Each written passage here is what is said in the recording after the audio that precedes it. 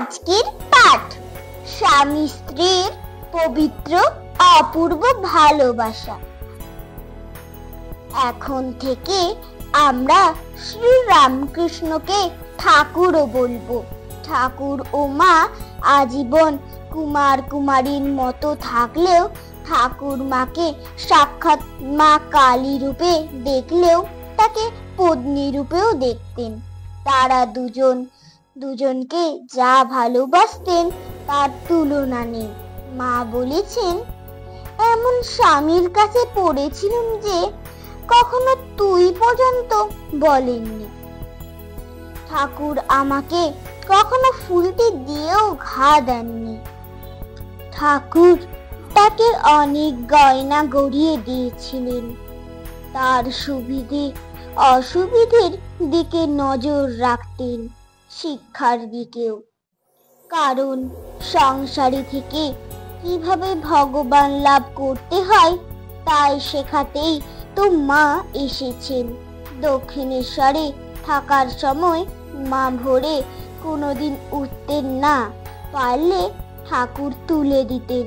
ঠাকুর বলতেন, মেয়ে লোকদের বসে থাকতে নেই।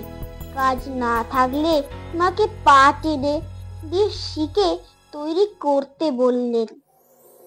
মা বলেছেন, সেই পাটির ফিসো দিয়ে বালিশ করে তাই মাথায় দিতুম, আর চটের উপর পটপটের মাদুর বিছিয়ে শুতুম। কি কঠোর তাই না করেছেন, আর কত কাজ, তবু ওরই ভেতর দিনে 1,00,000 বার জপ করতেন। সংসারের কাজের জন্য ভগবানকে ডাকার সময় পায় না, কারো এ কথা বলার পথও রাখেননি। আগে বলেছি, ছেলেবেলায় মায়ের লেখাপড়া শেখা হয়নি। ঠাকুর এখানে তারও ব্যবস্থা করে দিয়েছিলেন। মা পড়তে পারতেন, কিন্তু লিখতে পারতেন না। ঠাকুরের ফটো তোলার পর তার একখানি মা পেয়েছিলেন। মা বারবার সেটি সঙ্গে রাখতেন, পুজো করতেন।